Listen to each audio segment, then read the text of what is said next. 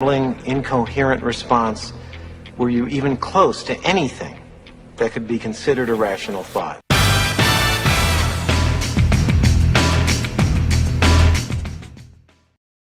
All right, welcome to the show today, folks. I'm your host, Doug Crow, with the Author Your Brand Show. And we've got a very special guest today, all the way from Geneva, Switzerland, by way of Italy, to talk about his book today, which might be a controversial subject, and I'm really curious about what this is all about. It's called Outgrowing Capitalism. Our guest is a strategy consultant, author of this book. It's being published this month, actually, November 2021. Unless you're watching this later than it was last month. And his name is Marco Dondi. Marco, how are you today? I'm very good. Thanks, Doug, and thanks for having me at the show. You bet. So tell me a bit about yourself, your background, and then tell people what they're going to get out of it, what they're going to learn today about your book. So quickly about my background, studied a mix of economics, finance, management, spent early days of my career in management consulting, did some volunteering in Africa to kind of find my purpose. And out of that journey and some meditation, I got to decide to write Outgrowing Capitalism. So yeah, that's the... All right. So what I hope, I guess, to pass on with this book and from today is a bit of convincing the readers and the listener that I think it's probably time to rethink a lot about how we have organized society, given the challenges we have today. And it's possible to do that. So that's the positive. That's a big order. Message. Okay.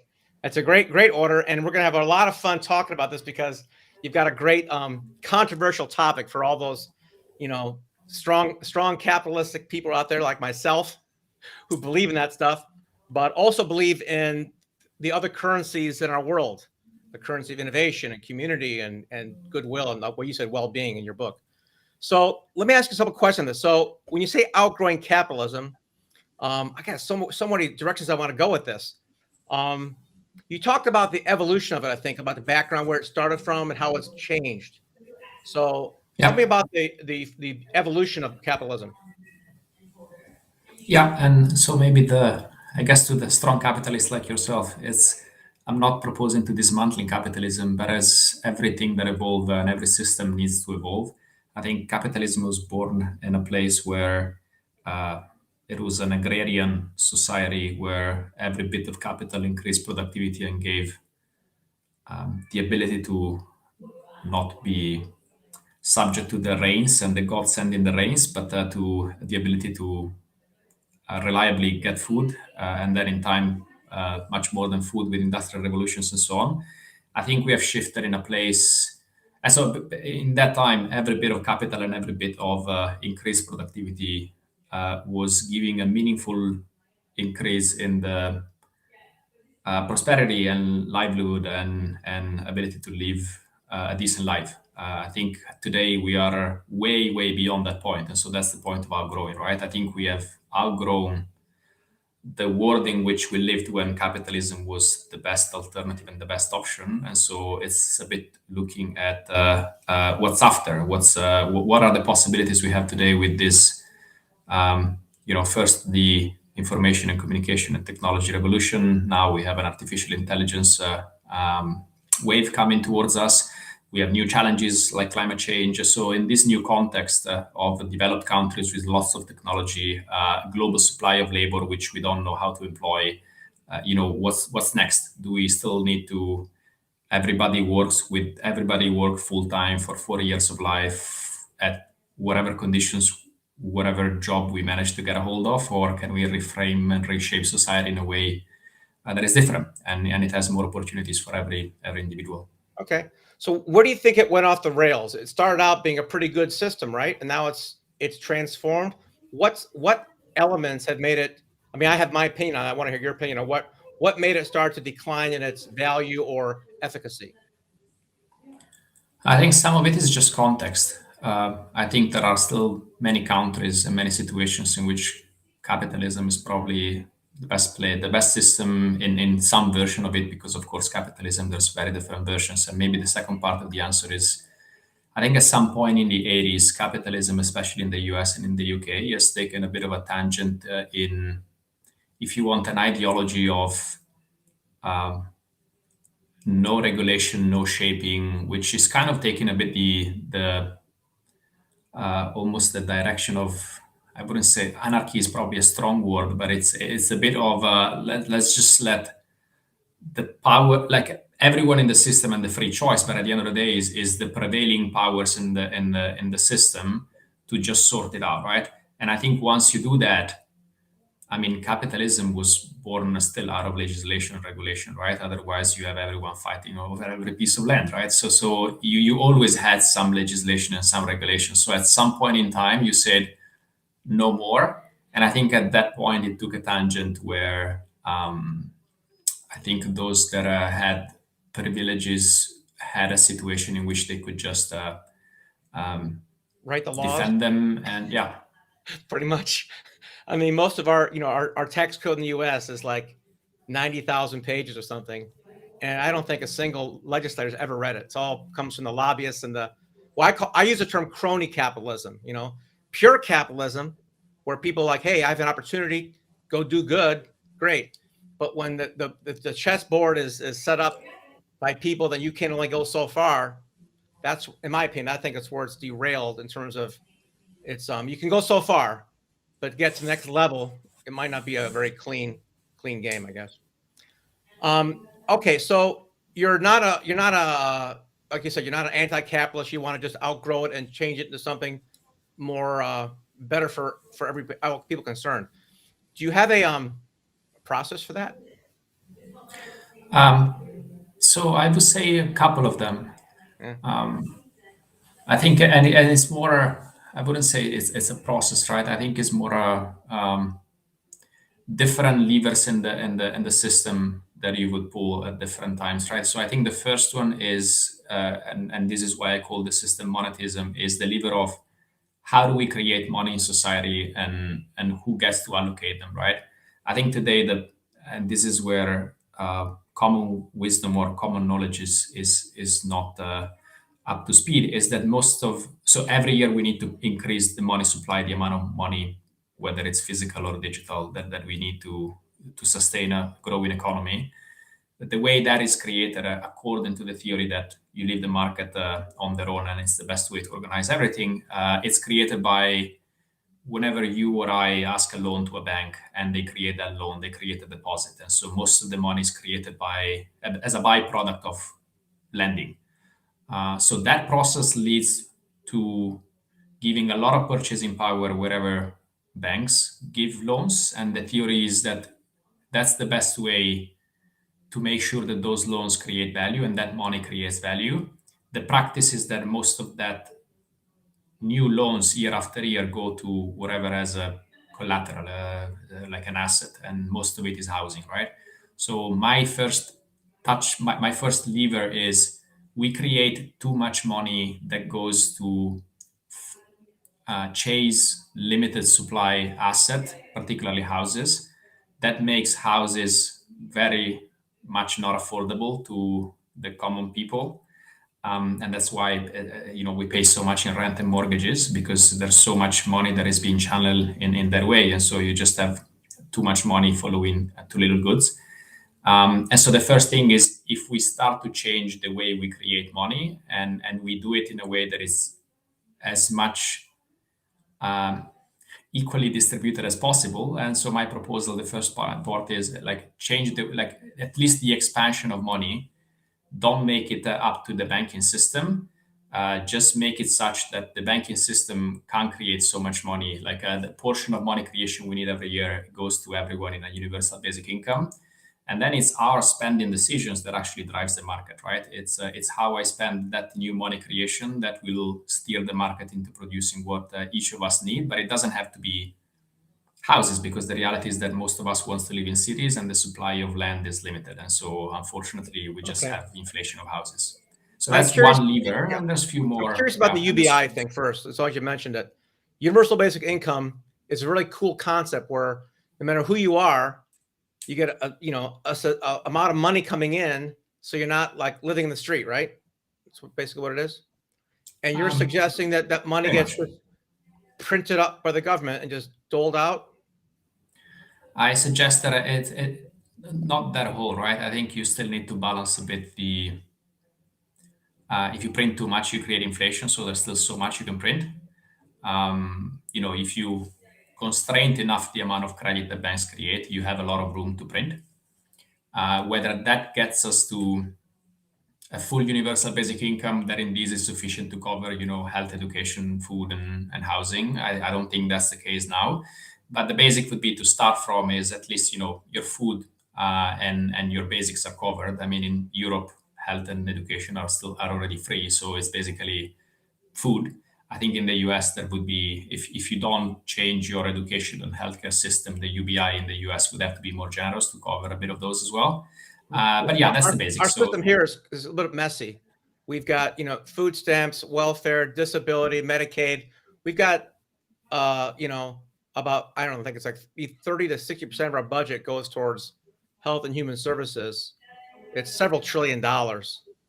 And, unwinding that and coming in with a new system that would be without regulation or without a lot of other fingers in the pie, that'd be great.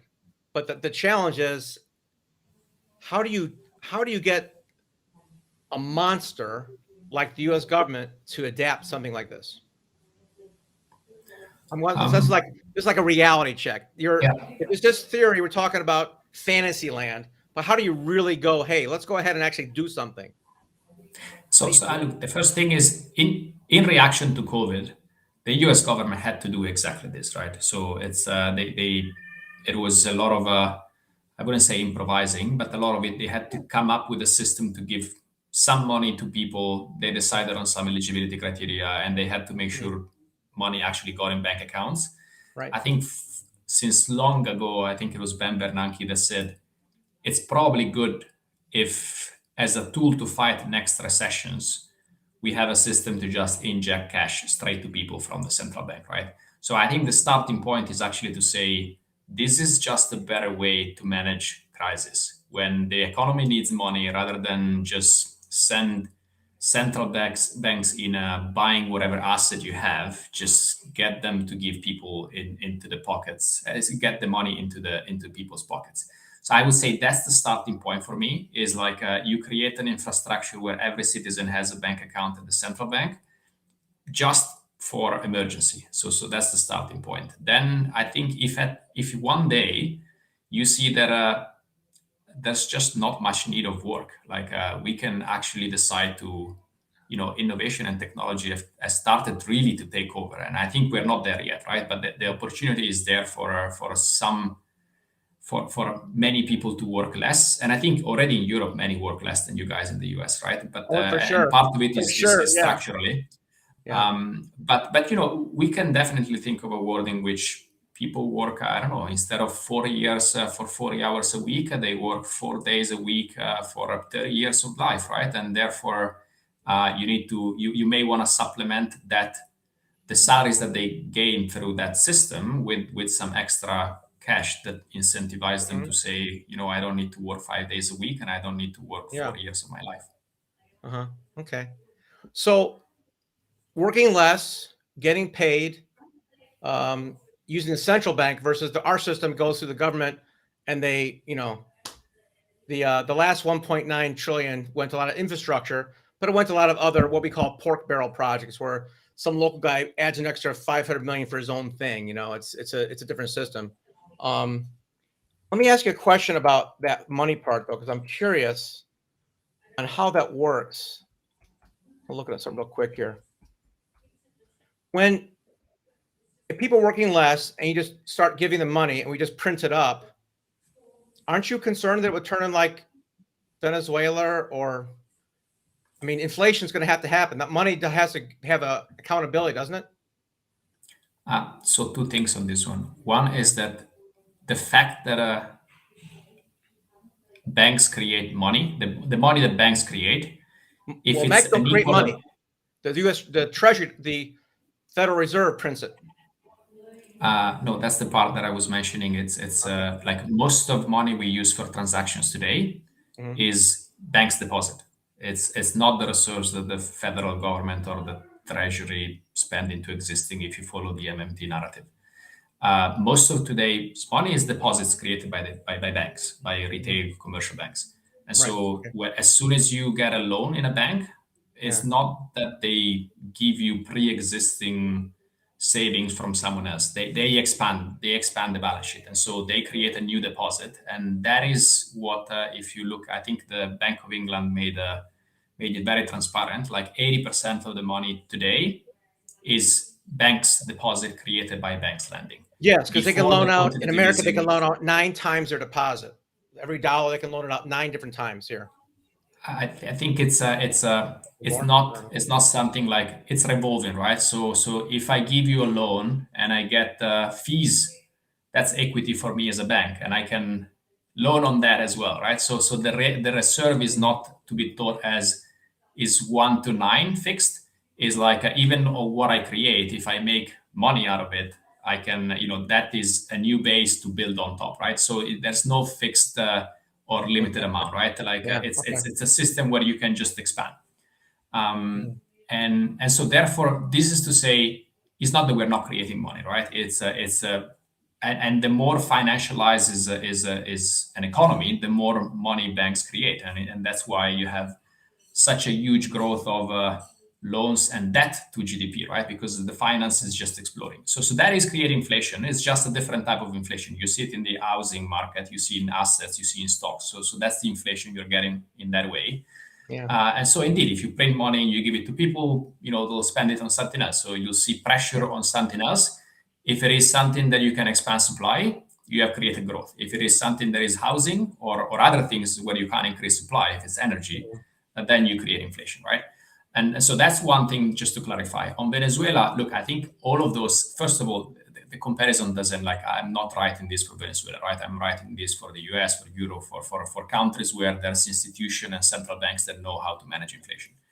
And so that is not the same comparison. And what I want to point out is Venezuela, Zimbabwe, Germany in the 20s, all of those situations happens for a shrinkage of supply, right? If you crash your businesses and you don't allow them to operate, of course you don't have products. And so if you resort to printing, it's hyperinflation. Yeah. In Germany, you had a whole region that they basically say, go on strike because you're taken over by France, just don't produce. And in the meantime, they printed money, right? So it's always a combination of, I think, a shrinkage of supply and a desperate government that is just printing, right? So these two elements need to happen, and none of these. I mean, now you're seeing a bit of this with COVID. It's not as big as Venezuela that is sending the business to close down. Our national debt, the money we owe, is $28.9 trillion. That's just our debt. You know what our unfunded liabilities is? Unfunded liabilities, 100,000 million. $161 trillion. Do you know how much that is? That is impossible for us to ever repay.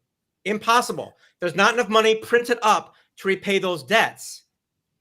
So let's start with the first one. So the first one you say is your debt. Yeah, that US. is public debt. That is Yes. So that is, and so I think a better measure is general to see public and private debt, right? Because household have debts as well, companies have debts, and so you should look at total debt, right? Typically, what happens is that the amount of debt you have over GDP is a driver of a variety of things, but it's not necessarily linked to when you shrink the public debt, either you cause a recession or you expand private debt, right? Because this goes back on money and debt today are tied, right? You have some assets, real assets, okay, that's oftentimes it gets to be the collateral. But otherwise, it's Adair Turner wrote a nice book 4 or 5 years ago, calling it Between Debt and the Devil, right? Where he said, I don't know if you've read that one, but it's like great title. I like it. Either you increase debt and you're fine with living with higher debt, and that includes public debt, or you go towards the devil, which is doing some of the things that I mentioned to do in this book, right? You need to play a bit more with printing, because the reality is, of course, as long as we have a system where any new money needs to come together with a new credit and a new debt. It's just a matter of who takes on that debt, right? And so is it the public or is it the private? My point of view is that it's better to have the public or the corporate sector take on debt, because governments and corporations live forever. So they don't need to repay. They just need to revolve the debt continuously and Okay, grow it, fine. right? Yeah. If you have households taking on debt, well, I'm gonna die in some decades, and either I repay that debt or there's a crisis, right? So in general, you would want more the corporate world and the government world to take on debt in order to be sustainable. So today, I think many are saying, public debts are actually, maybe calling it debt is even the wrong word, right? If you listen to the modern monetary theory narrative. Yeah. I don't know. I just look at the numbers on. I get this one website I look at it once in a while. It's called it's just U.S. stuff, man. So it's just us, but the USDebtClock.org, and it's got the public and private debt on here, the corporate. It's got everything on here. And somebody did the math on it years ago when our debt was only like at 3 trillion, and it was like they stacked up all these numbers. Like you could take all the money from all the rich people and all their assets and not pay off the debt. It's like this. It's like you said. It's not. You can't really pay it back. It's not even a thing. So it's like, what is money? It goes back to your, maybe closer to your thing. Like, what is is it really the best way to measure things? Yeah, it's gotten morphed to the point where I can't even understand it anymore. So it's interesting. So it's very, very curious topic. I like it. But if you look at Japan or there are other countries that are more indebted from a public perspective than the US. I haven't looked lately compared to GDP. I mean, not in absolute terms, right? But I think you always want to see relative terms. So the public debt of Japan compared to their GDP is like, I think 270%, something like that. I think the US one is not much above the 100. I think is probably by now 140. It's our debt. Our GDP is 23 trillion, and debt is 29 trillion. But our unfunded liabilities, people forget that one. That's 161 trillion. That's all the promises we've made. Promises we've made to our citizens for Social Security and Medicare. There's no money. But this number, it depends on the where you look, right? If you look at the future, like then you also need to think of what are the assets and the revenues that are going to come in, right? So if you compare the 161 trillion unfunded liability, well, if it's over the lifetime of the citizens alive today, I think you need to start. I guess you want to do the math before you comment on that. That's not going to work. No way. I did this for a book 4 years ago, and by the year like 2030, every dollar of current Social Security number money had to come from $1 from somebody else who was living.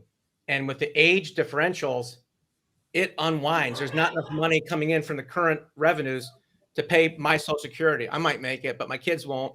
They had a trust fund for that, and they rated that years ago, and they give it, IOUs. But even that is completely whacked out. You take $200 trillion. It's just much bigger than anything you can imagine.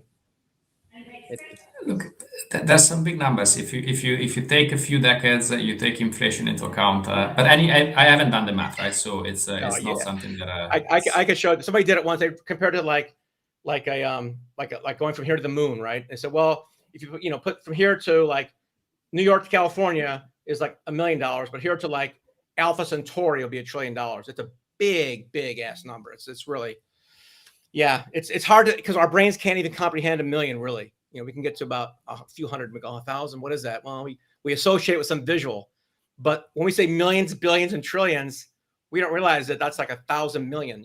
It's a big number. Or no, 1 million. It's nasty. Anyway, these are the U.S. problems. How are things over in Switzerland and Italy? Are they doing better than we are? I would say marginally. I think it's Switzerland is a bit of Switzerland is an interesting case because there's lots of cantons. It's very decentralized type of administration, and I don't know Switzerland enough to comment. I think in Italy I can tell you that indeed, but in Italy we have different problems, right? I think if I compare some of the, if you want, almost opposite, right? Some of the Southern European countries, I would say they have managed to almost, my opinion here, right? But like go to the excess of defending some, or like protecting at all costs some workers, right? So the system is probably still, overall I'm balanced, but I think it's really difficult to get, sometime people to actually commit and do real work. Yeah, If you want, you don't have this. I think when I go to the US and I speak there, like people do have this mentality and mindset. I need to make it on myself. Like you're ashamed if you are on Social Security or if you're dependent on others. And so, but to some extent, it's the lack of protections that you guys have in the US. Here in Europe, we sometimes we don't comprehend them, right? It's like you would hope that at the point in which we have reached in terms of development, you would kind of be a bit more inclusive and I guess what's the word that we often solid, like we talk about solidarity in Europe, right?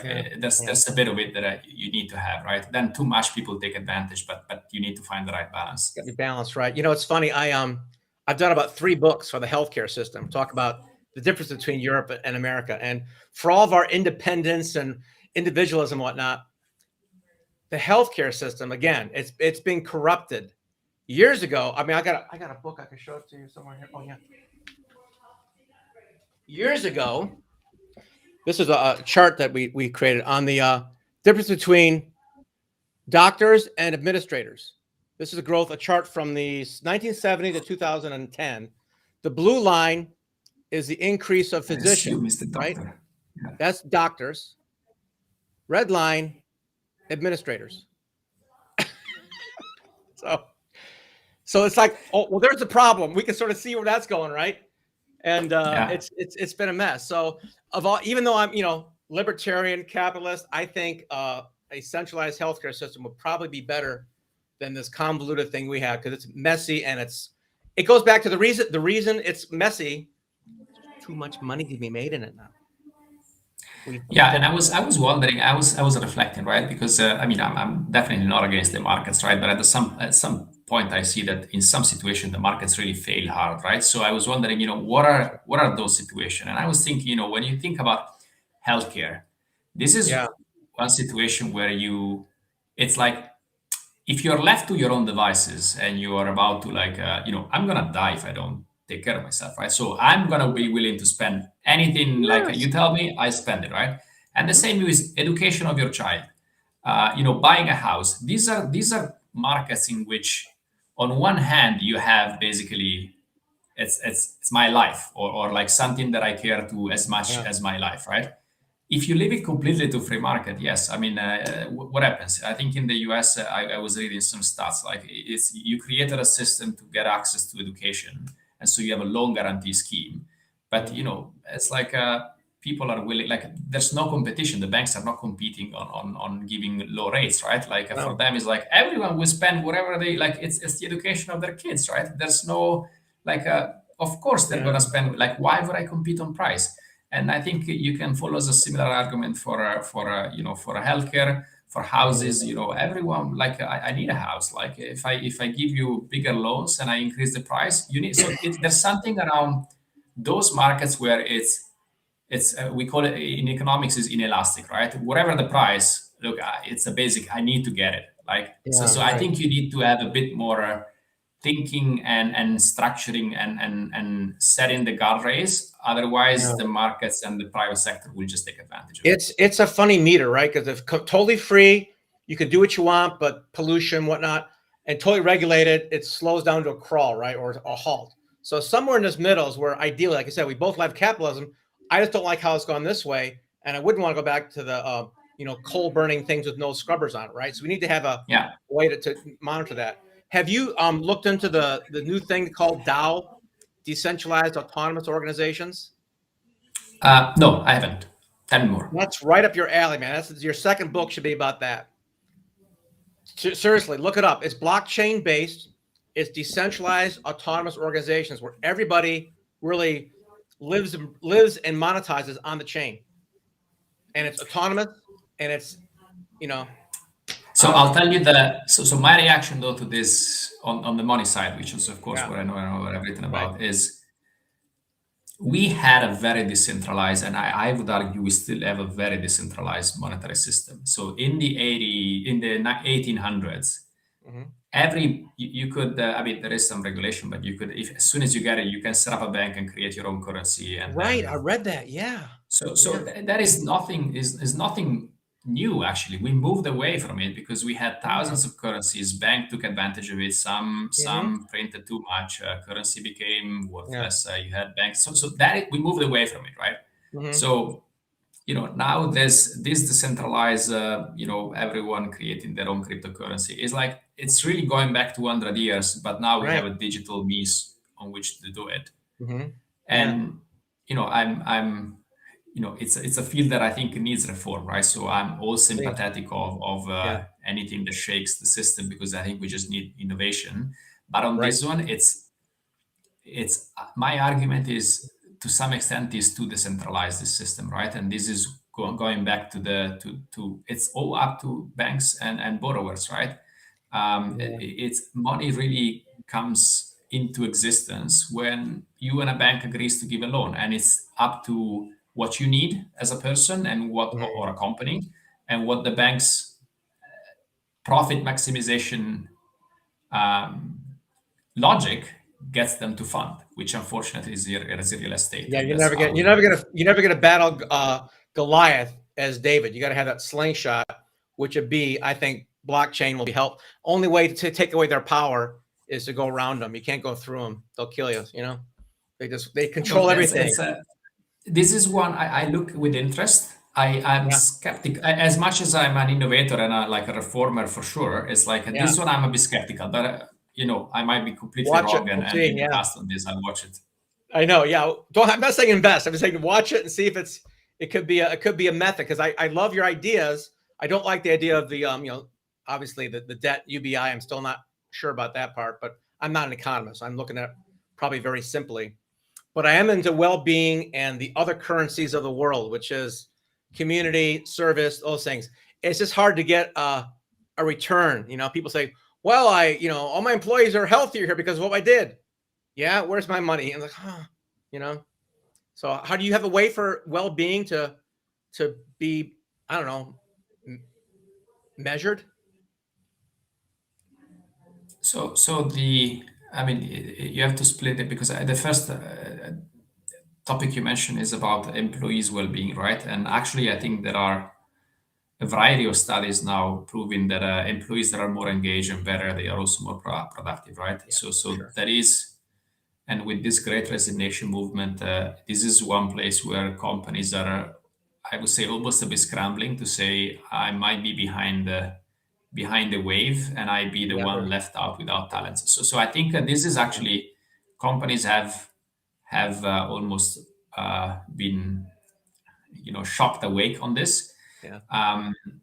Because there is measurable value from a more engaged and a employee that is healthier mentally, physically, and so on. Now on the measuring well-being in general, that's where there are many measurements, and I think it depends if you take subjective well-being, when it's the happiness, your life satisfaction, your fulfillment, or you and there are some approaches, but that's easy, right? You basically ask people, it's just what question you ask them.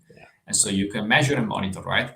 And I do think there's value in starting to refer more to those, because, for example, if you look at those metrics, you are concerned in the US, right? Because there hasn't been any meaningful improvement in the happiness and life satisfaction of citizens. And so at the end of the day, it's like, and this is from 1965, right? So at some point, it's just like, okay, what are we doing all of this for, right? So I think there's merit in at least measuring more and publicizing more of those.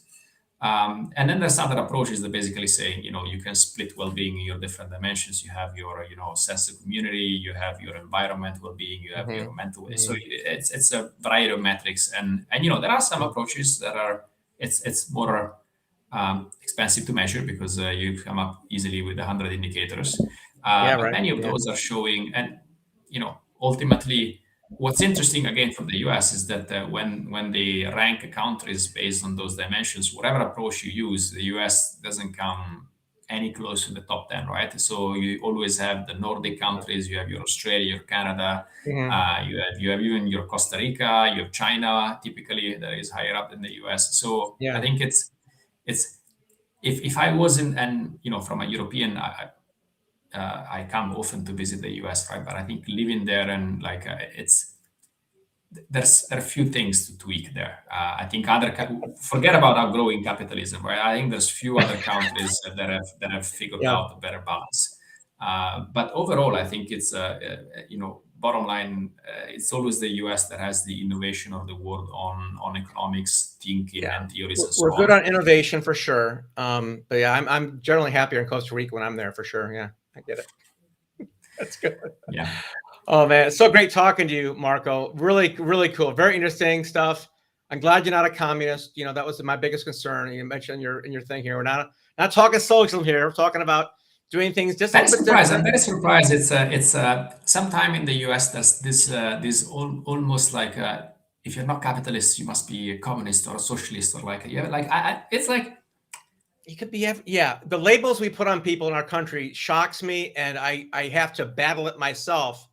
And I'm like, no, I wanted to have you on because I'm curious about this, not because I want to fight you and say, what do you mean we're outgrowing capitalism? Capitalism is the greatest thing in the world. I'm like, well, yeah, unless you get, slapped by some judgment that your competitor put together on. I mean, there's a lot of crappy stuff here, but I just love learning. And yeah, I'm not in the labels. I'm glad you're not in the labels. I'm not calling you anything except a brilliant author. And I'd like to look forward to your second book when you keep observing this blockchain stuff, because I hope it'll take the power away from the man. That's my dream.